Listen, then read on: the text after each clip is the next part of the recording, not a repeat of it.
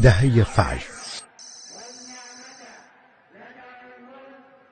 یکی از نعمتهای الله متعال بر بندگانش این است که مواسمی برایشان قرار داده که ثواب اعمال نیکتران چند برابر می‌گردد. در این ایام مسلمانان به رغبت در انجام اعمالی می‌پردازند که آنها را به پروردگار نزدیک کند.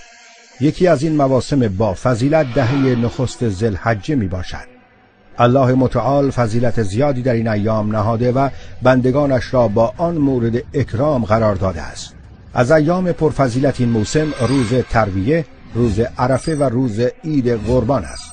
الله متعال بنا به شأن و منزلتی که دهه اول ذوالحجه داراست به آن قسم یاد کرده و می‌فرماید والفجر وليال عشر، سوگند به سپید دم و سوگند به شب‌های دهگانه.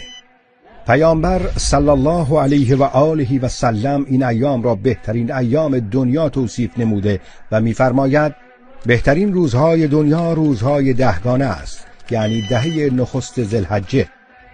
سلف صالح امت 10 روز اول ذوالحجه را مورد بزرگداشت قرار می‌دادند، همچنان که برای دهه اخیر رمضان احترام ویژه قائل بودند. حال باید بدانیم این ایام را چگونه سپری کنیم.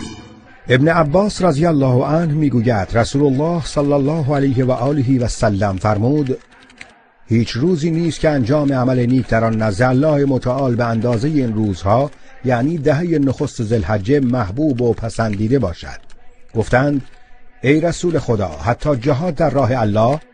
فرمود حتی جهاد در راه الله با کارهای نیک دهه نخست ذوالحجه برابری نمی کند، مگر اینکه کسی با جان و مالش در راه الله بیرون شود و هیچ یک از اینها را بر نگرداند.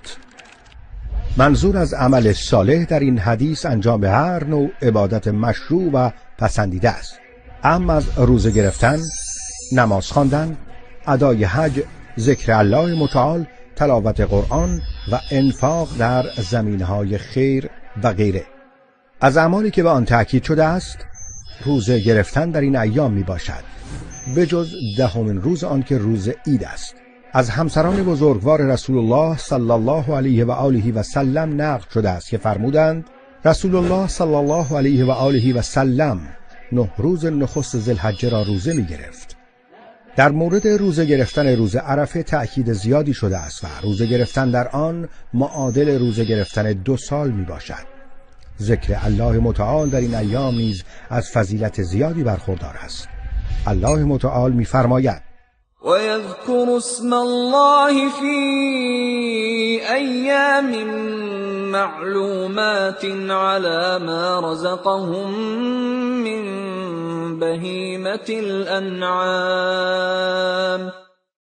و الله را در روزهای معین و هنگام قربانی کردن 4 پایانی که به ایشان داده یاد کنند. منظور از روزهای معین در این آیه دهه نخست ذوالحجه می باشد. عبادت دیگر مرسوم در این ایام ادای فریضه حج است که پرفضیلت ترین عمل آن به شمار می رود. رسول الله صلی الله علیه و آله و سلم می فرماید حج مبرور را پاداشی جز بهشت نیست. عمل دیگر مرسوم در این ایام قربانی کردن است. فردی که قصد قربانی کردن دارد نباید مو و ناخن‌هایش را از اول ذوالحجه تا زمانی که قربانی کرد کوتاه نماید. آکادمی شبکه جهانی کلمه